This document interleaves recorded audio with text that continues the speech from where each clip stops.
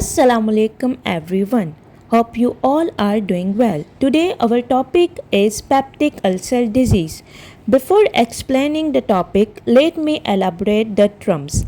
The first one is peptic. Peptic are the portions of GIT exposed to acidic secretion like stomach or duodenum.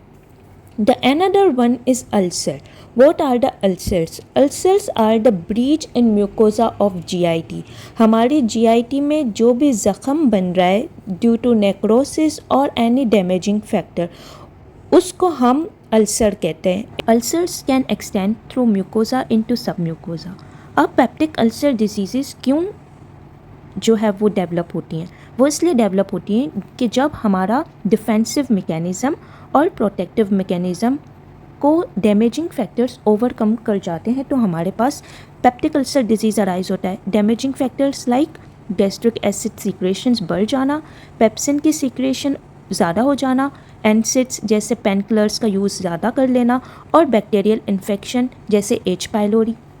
और हमारे protective factors कौन से? जैसे mucosal lining की damage हो जाना, उसके बाद बाइकार्बोनेट्स की सीक्रेशन इफ़ेक्ट हो जाना या एपिथेलियल रीजनरेशन जो है वो डिलेड हो जाए.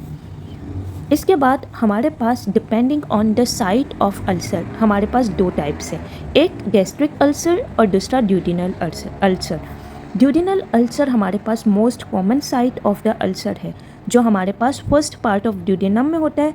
इसमें हमारे पास पेशेंट आता है विथ कंप्लेन और pattern of pain food relief.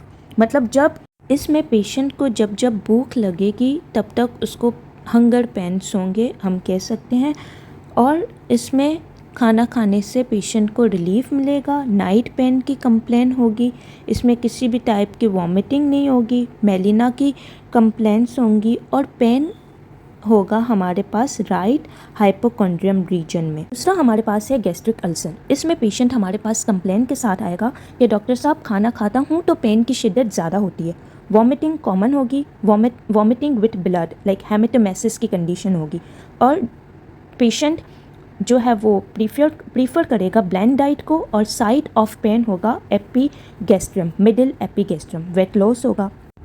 अब हम आ जाते हैं कि जब क्रोनिक अल्सर्स होंगे दोनों टाइप्स में तो मैलिग्नेंसी के चांसेस किस अल्सर में ज़्यादा है? तो वैसे तो मैलिग्नेंसी दोनों में लेस देन 1% है, बट जब क्रोनिक ड्यूडिनल अल्सर्स हैं वो कभी भी कार्सिनोमा में कन्वर्ट या ट्रांसफॉर्म नहीं होते हैं. लेस देन 1% चांसेस होते हैं क्रोनिक गैस्ट्रिक अल्सर के जो टर्न या ट्रांसफॉर्म हो सकते हैं कार्सिनोमा में. For treatment, we have two therapies for the 14 days. The one is triple therapy in which proton pump inhibitors, calcitromycin, amoxicillin or metronidazole can be given.